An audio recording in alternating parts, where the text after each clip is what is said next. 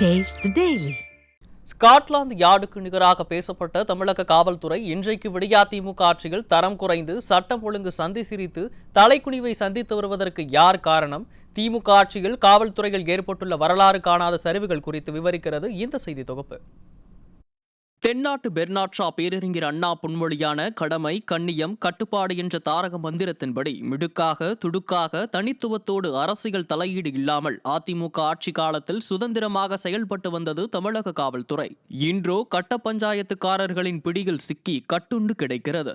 இது ஒரு புறம் என்றால், காவல்துறை குறித்து அனுதினம் வெளியாகும் செய்திகள் பொதுமக்களிடையே அச்சத்தையும் அதிருப்தியையும் ஏற்படுத்தி வருகிறது. திருட்டு, வழிப்பறி, போதைப்பொருள் விற்பனை உள்ளிட்ட குற்ற செயல்களில் காவல்துறையினரே ஈடுபடும் சம்பவங்கள் நாளுக்கு நாள் அதிகரித்து வருகிறது.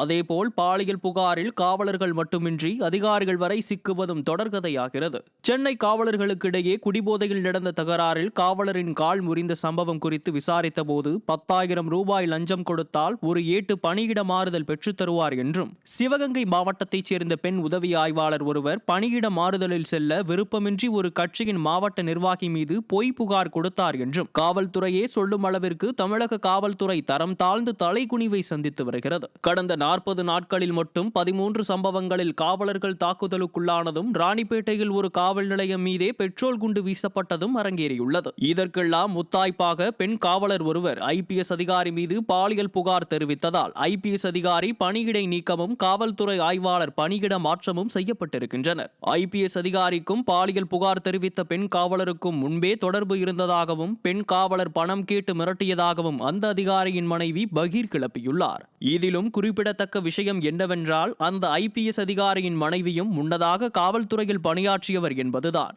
இந்த சம்பவங்கள் பரபரப்பை ஏற்படுத்திய நிலையில் பெண் காவலர்களை அதிகாரிகள் அலுவலகம் முகாமில் பணியமர்த்த கூடாது என்ற உத்தரவை போட்டு காவல்துறையினர் தங்கள் முகத்தில் தாங்களே கரி பூசிக் கொள்கின்றனர். கட்சி கொடி காட்டிய காருக்கும் பிரியாணி கடை சாருக்கும் வரிந்து கட்டி விளக்கமளித்த காவல் உயர் அதிகாரிகள் மேற்படி சம்பவங்களுக்கு என்ன பதில் சொல்ல போகிறார்கள்? காவல்துறையின் கண்ணியத்திற்கு களங்கத்தை ஏற்படுத்திய மேற்படி சம்பவங்களில் சிக்கிய அனைவர் மீதும் துறை ரீதியான நடவடிக்கை என்று பூசி முழுகாமல் கடுமையான சட்டப்பிரிவில் வழக்கு பதிவு செய்து சிறையில் அடைப்பார்களா என்பதே திறனற்ற திராவிட அரசுக்கு மக்கள் வைக்கும் கேள்வியாக உள்ளது.